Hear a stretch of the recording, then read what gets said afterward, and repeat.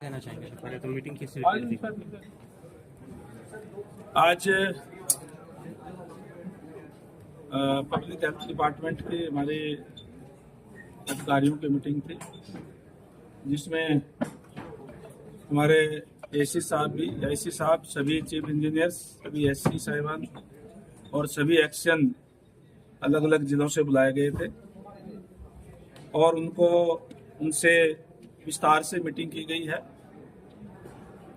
क्योंकि public health का महकमा सीधा लोगों से जुड़ा हुआ है। और हमारे देश के यशस्वी प्रधानमंत्री आदरणीय नरेंद्र भाई मोदी जी का भी एक सपना है, उनका एक नारा है कि हर घर में नल और नल में स्वच्छ जल। उसके तहत जल जीवन मिशन के तहत भी हमारे जो सेंट्रल गवर्नमेंट से और स्टेट का शेयर होता है, उससे जो पैसा आया उसके काम लगभग कंप्लीट कर लिए गए हैं। अमृत योजना के तहत शहरी क्षेत्र के अंदर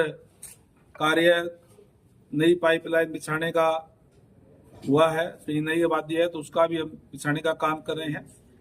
और चाहे गाँव के अंदर और चाहे शहर के अंदर अब भी जो कुछ रह गया है उसके भी एस्टिमेट बना करके हम जल्दी से जल्दी उसका पाइपें बिछा करके लोगों को स्वच्छ जल देने का काम करेंगे। अधिकारियों को स्पष्ट निर्देश दिया गया है कि जिस तरीके से प्रदेश की जनता ने भारतीय जनता पार्टी के ऊपर लगातार तीसरी बार सरकार बना करके रिकॉर्ड कायम करने का काम किया है। जब से हरियाणा प्रदेश बना है तब से पहली बार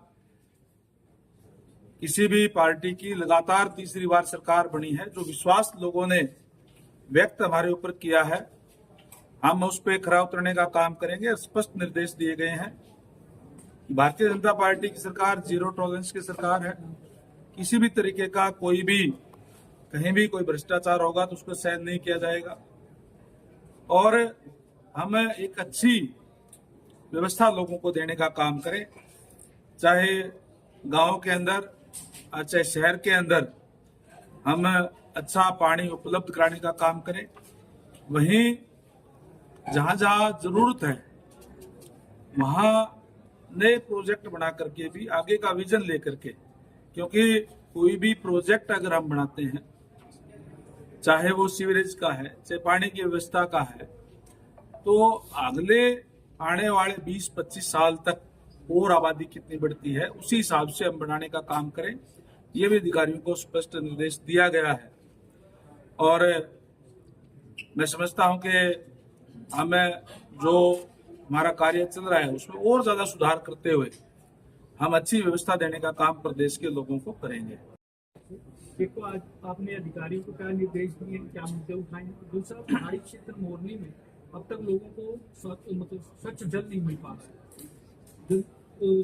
शिविरों में भी शिकायतें आई और समाधान भी हुए, लेकिन स्थायी तौर पर लोग जो है अभी भी मांग कर रहे हैं कि वहाँ पे पर्टिकुलरली पानी की पाइपलाइन बिछाई। छोटे छोटे गांव हैं जहाँ पर नहीं पहुँच पाए। वही मैंने कहा कि जहाँ भी अब तक पानी नहीं पहुंचा है, जिन क्षेत्रों के अंदर भी या कई जगह कोई बड़े गांव है उसके अंदर भी आबादी बढ़ने से और जो है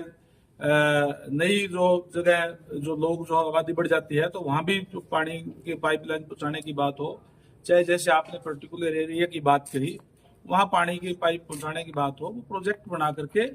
और हम उनको हमारा देखिए स्पष्ट ये है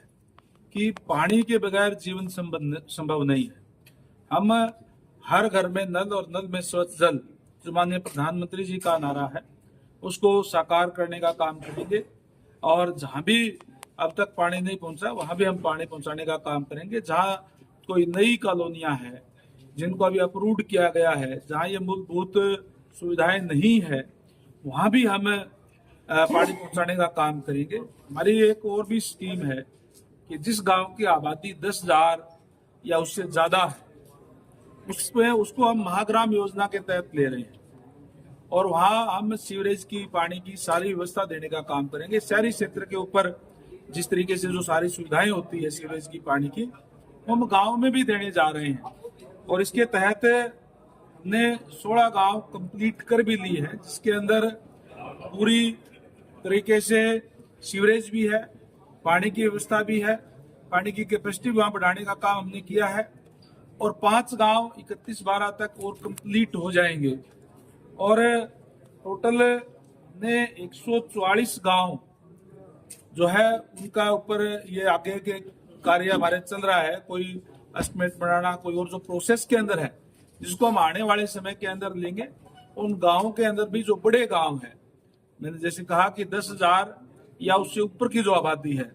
उनको भी सारी की सारी सुविधाएं देने का काम हम